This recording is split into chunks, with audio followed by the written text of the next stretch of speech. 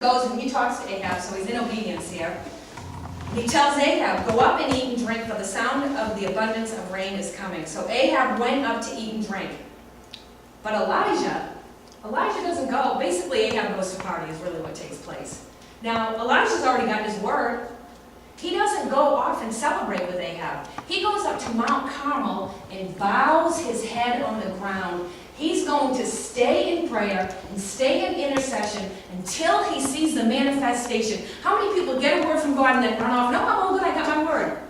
But yet God's saying, no, you're not done yet. You have got to pray this through. Don't go off celebrating yet. You know, if you have to speak it to somebody else, but you're going to have to walk that word through. You're going to have to continue it in prayer. And that's what Elijah does here. He goes up and he bows his head. It says, verse 42, Elijah went up to the top of Carmel, and he bowed himself down upon the earth and put his face between his knees. He's basically saying, I know what I heard, I know what God showed me, and I'm praying it in. I'm not leaving it at that. How many times do we stop right there? We get that, oh, we know this is the direction God's showing us, God's speaking to us, and we stop, and we wait for it to show up to us. And no, we've got to either do something that He's told us to do, we've got to continue. I don't care how many times we have to stay there. And we'll see what takes place here. Elijah has a servant that he brings up with him. I find that interesting. It must have been a very trusted person, a very, probably like what we would call an assistant today, a confidant that he takes with him up to Mount Carmel. He knows he's going up there to pray, but yet he brings a servant with him. And he bows his head down, and he prays, and he tells his servant, go out to the sea. I wish I knew what the distance was, but I don't know. Go out to the sea and look for the clouds. So the servant does. Now, the servant's not the one that got the word from the Lord. So the servant's belief level is not up here. He's not the one that heard the sound of the abundance of rain is coming. He did not hear that. So he goes out there and he looks, and he's looking and he's like, I don't know what this guy's talking about. I don't see anything. And he goes back over here, and Elijah's bowed down, and he tells Elijah, it's like a beautiful sunny day out. I don't even see a cloud. I don't know what you're talking about. Now, paraphrasing here, of course. And Elijah tells him, go look again. And he goes back again. He's looking with his natural eyes. He's not looking with the same faith that Elijah has, because he didn't get his own word.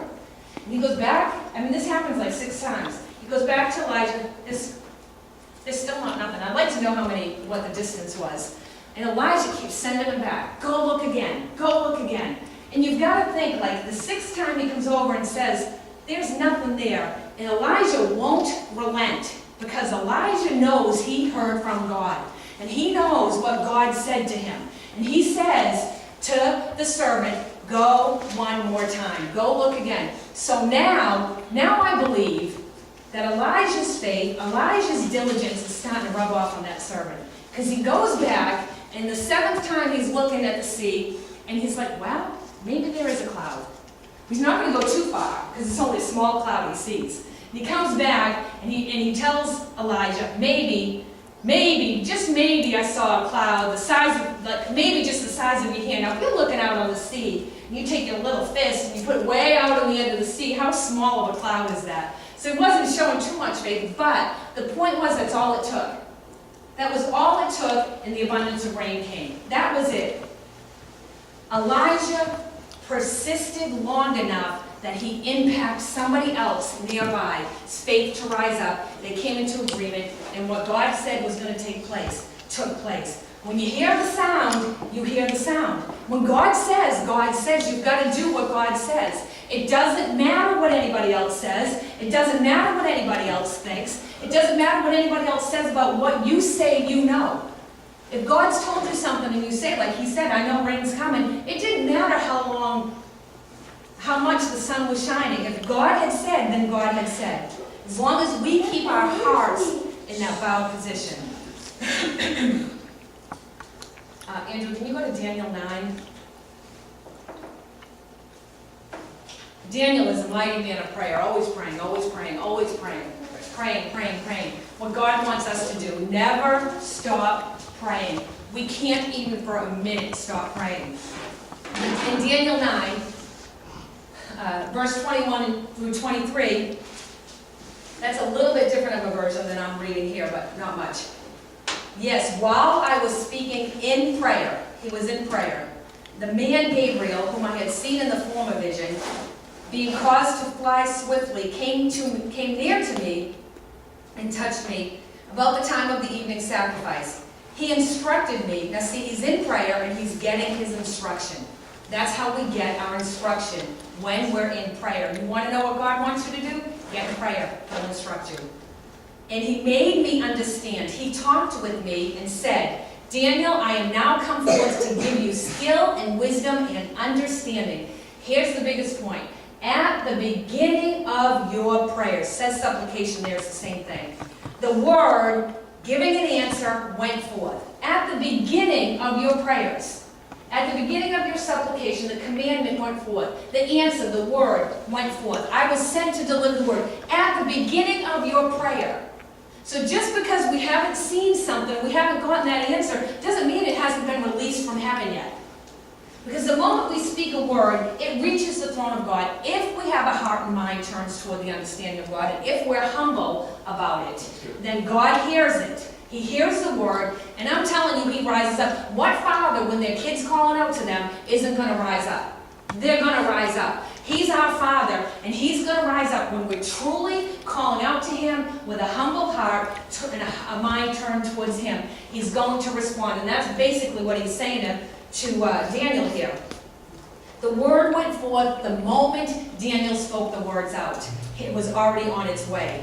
And what Daniel did, what we need to do, he continued until he saw the manifestation of the word, which was the angel. I mean, the moment, and actually we'll get to this, we don't jump ahead. Go to Daniel 10, Andrew, please.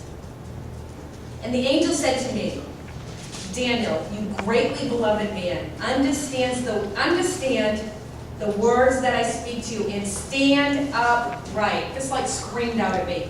He's telling Elijah, go to Ahab. He's telling Daniel, stand upright. God's saying, get up. God's saying, get out of hiding. And we're doing? We're still sitting here over here waiting and praying and wondering what the answer is and wondering why God's not moving when he's told us to do something. He's saying go. He says to him, stand upright here, get up, do something. All done being on your knees praying, and we're still sitting over here saying, well, I wonder why God hasn't answered me. He's told you to get up and go and do and be and go for what he said to go for, and you're still waiting for him to move. That's not going to take place. And look at what he says. Daniel stood trembling. You know what that says to me? He did it afraid. He did it afraid.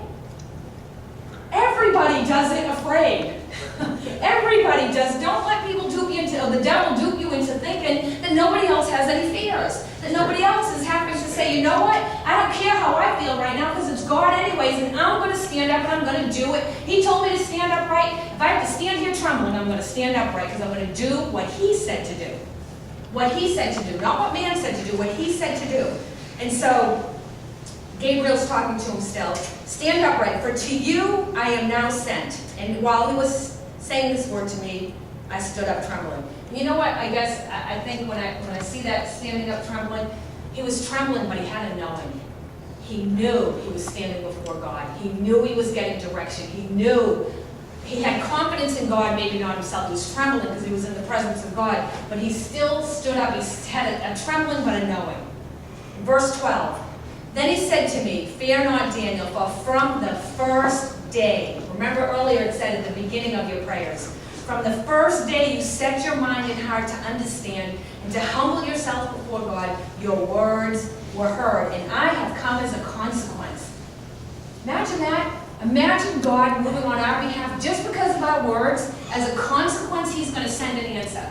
See, he may be waiting to move on our behalf, but we're not asking him. We're not speaking it out. Sure. We might be thinking it. We might be griping to one of our friends about it. We might be complaining over here about it. But we're not asking God, and he can't come and show up as a consequence. He has to. We release that authority for him to rise up when we speak it out.